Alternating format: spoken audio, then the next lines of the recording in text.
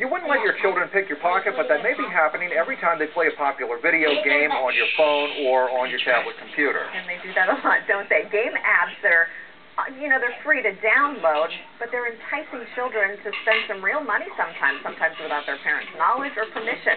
NBC 7's consumer Bob is here with a warning for parents.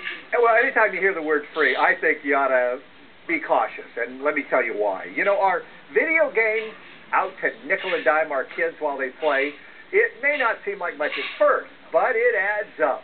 Let me show you what I mean. Hey, let me get the flag up there, because I'm little. Quinner and Whitaker Real spent time playing a video game with their father, Johnner. The three will run through a number of popular games, and their dad thinks that's fine. Parents don't need to be afraid of video games. But Johnner found out the hard way that sometimes parents do need to worry about paying for those games, like when Johnner's young son racked up more than $100 on a free iPhone game called Smurf Village. Why would anyone pay $50 for something called Smurf Berries? There was actually an on-screen warning that those Smurf Berries were going to cost real money, but Quinner couldn't read it. A $50 barrel of Smurf Berries, a $30 barrel, and a $20 barrel. It all added up real quick. But when you sign up, they always want you to have a credit card or an account, a PayPal account, or your phone number. San Diego State Information Systems expert Murray Jennings says it's easy for children to blur the distinction between virtual money and real money, and it happens in games designed for boys and girls. Games that often start out free, but then keep pushing players to upgrade or pay for additional services. And that works right into the hands of game makers.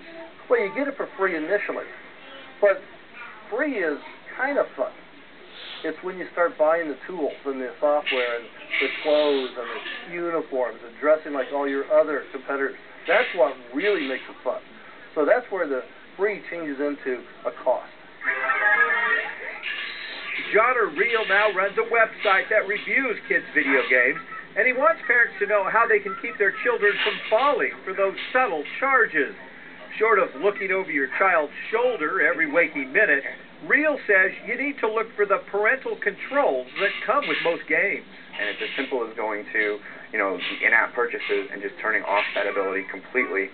Then it's something you no longer have to worry about. It's something every parent who lets their kids play with an Apple device should do. You should also limit your exposure when signing up. Instead of linking your kid's game or app to your credit card, PayPal account, or phone number, try using a fixed-price iTunes card. And then they're simply having that talk. Parents need to educate the children that that anything that they see as dollars or chips or points is real money. And a real opportunity to get taken by clever game makers.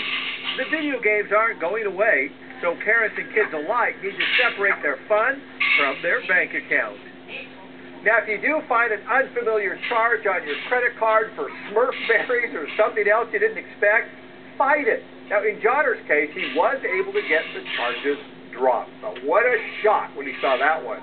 Mark wants to know what the heck you do with a wheelbarrow full of Smurf Berries. Well, I think you either have to work toward them, you're on the game for so long, or you can jump ahead and buy them. And do what with them? Do something with the game. No, but here's the thing. You really do have to be on your game because, how many apps? There are hundreds and thousands. Oh, yeah, absolutely. All toward kids and all this sort of thing. And let me give credit. I did go after and contact the people who put together that Smurf Berry. Capcom is their name. They're the parent company of Beeline. They're the ones who make that Smurf Village app. And here's what they told me by email.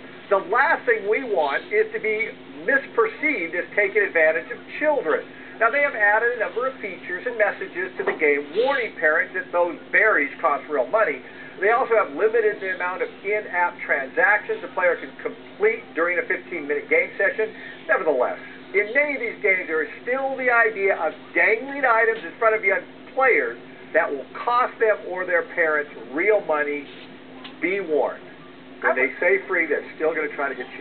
I think it would be great if you had to put in a password every time that kind of option came up, because you certainly wouldn't give that to the kids. Or again, go in and just block in-app purchases altogether. Don't be surprised by these $50, $100 bills or higher charges for Smurf Berries and things like that. All right. Thank you. It's a great story. Really good, We'll be hearing more about this, I suspect. All right, from Smurf Berries to a little bit of rain on the way, maybe.